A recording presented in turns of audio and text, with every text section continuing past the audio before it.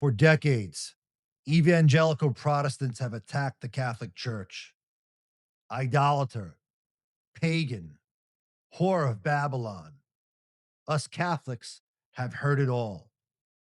These accusations have been repeated for generations by those on the left and on the right, and us Catholics have largely had to absorb them without responding. Entire evangelical Protestant ministries, brands, TV shows, conferences, podcasts, YouTube channels have all been built around attacking Catholics. It's become an accepted genre, a thing to do on the communist left and the far right. The church has been treated as a permanent punching bag, and us Catholics are expected to sit quietly and accept it in the name of being civil. No more. That is over. In recent weeks, commentators like Mark Levin and Laura Loomer have amplified these disgusting attacks through their content, messaging, and alliances with bad social media actors like Insurrection Barbie, an account on X that cranks out anti Catholic propaganda 24/7, a Protestant honeypot, a trap whose purpose is singular, advance political Zionism. And if you disagree, she will weaponize her account with over 1 million followers to attack you for your disagreement. Not in the spirit of Christian brotherly love or sisterly disagreement, but like a leftist nut job hell bent on cancellation. Anti Catholic bigots like James Lindsay have joined Loomer, Levin, and Barbie. Their hostility is palatable. Lindsay's hostility toward Catholics is so bad and his theology so warped that mainline Protestants almost universally reject him and they repeatedly and constantly denounce him. Their tone is familiar, their accusations are the same ones we have heard for decades. But something is changing. Non practicing Jews like Laura Loomer have entered the fray. Catholic hating nut jobs like Mark Levin dare now to instruct us Catholics on the dogmas and traditions of our faith. Evangelical Catholic hating psychopaths are demanding that we must adopt their blasphemous views on the end times and political Zionism or face the consequences of this new alliance. Well, guess what, Catholic enemies? You have made a grave mistake because no longer will we continue to stay silent. No longer will we accept the abuse.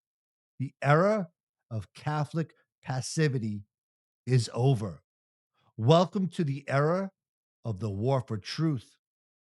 Catholic men and women, I call upon you right here and right now to resist and defend the faith. Do it with your prayers, do it with your wallets, do it with your votes, and do it for the Catholic Church. I understand that some of you do not have the platform or the ability to talk, not because you don't want to, but because maybe you don't have the time, or maybe if you speak out, people in your business, people who employ you, your customers, people in your own family will try to cancel you, will try to disown you, will shun you for being who you are. These people who profess tolerance, turns out in the end, they're not really so tolerant, are they? These people who profess openness, turns out in the end, they're not really too open, are they? Let me be very clear on the issues at hand. The state of Israel has a right to exist under international law. Catholics believe that the biblical Israel is found in the continuation of the Catholic Church. This is our bedrock position, a fundamental of our Catholic faith, and we will change this for no one. To those of you who would seek to persecute us for our faith, to those of you who will seek to slander us and continue to defame us online, to those of you who continue to proliferate all types of anti Catholic propaganda simply because we refuse to disagree with your view on the end times and on political Zionism, prepare yourself for a long and protracted war. And to those of you who don't know, let me introduce you to the very real fact that many Hasidic, Orthodox, and Black Hat Jews who live in Israel and other places across the world, and certainly in New York City, profoundly disagree with the state of Israel's current actions, profoundly disagree with evangelical Christian based Zionism. They profoundly disagree with these things, and they are very much aligned with those who meaningfully and humbly and earnestly practice the Catholic faith. My dear Catholic brothers and sisters, you are not alone. My dear Catholic brothers and sisters, you have a voice.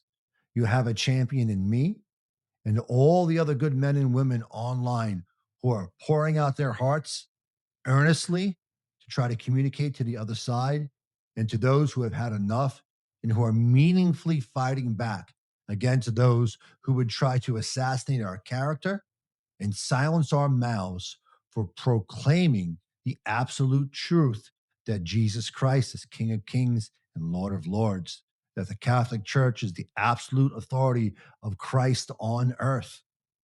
St. Peter as his vicar, with the apostolic succession that traces back to the Last Supper, with the proliferation and dissemination of the seven sacraments.